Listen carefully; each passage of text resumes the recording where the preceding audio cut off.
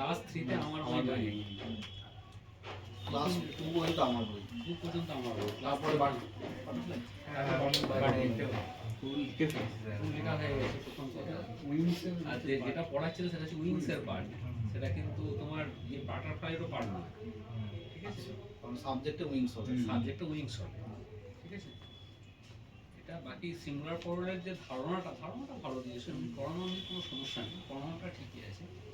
ওর সঙ্গে বাংলাটা যোগ করে দিলে ভালো হতো, এক বছর বহু বছরের ব্যাপারটা, বাংলা যে বাংলা আমরা এটাকে এইটা জানি, আমরা এইটা আরো ভালো। আমার চোখে বেশ কিছু জিনিস মানে নজরে পড়ে যাচ্ছে, যেটা তোমার কাছে এক্সপেক্টেড নয়। আছে সাবজেক্ট এসইউবি বলে কিছু হয় না, সাবজেক্ট পুরো লিখতে হবে, এসইউবি যে ইসিকে সাবজেক্ট পুরো লিখতে হবে ছোট মতো।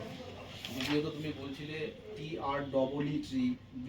BOOK এই কনসেপ্ট স্কুলে চলবে না, মানে কোনো স্কুল 1 2 3 4 5 6 7 8 পাক করে চলবে না। দুবার ও তোমাকে দুবারই বলতে হবে, দুবারই তোমাকে দুবারই বলতে হবে। ডাবল ও বলে কিছু হয় না, ঠিক আছে? তো তোমাকে TREE বলতে হবে, তোমাকে BOOK বুক বলতে হবে।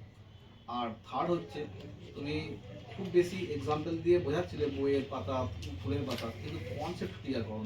তাহলে আমরা এই ব্যাপারকে জানলাম কি বলতো, একটা হলে সিঙ্গুলার রিপিট করাও, একটা হলে সিঙ্গুলার উল্টো রিপিট করাও, সিঙ্গুলার হলে কটা হতে হবে? একটা।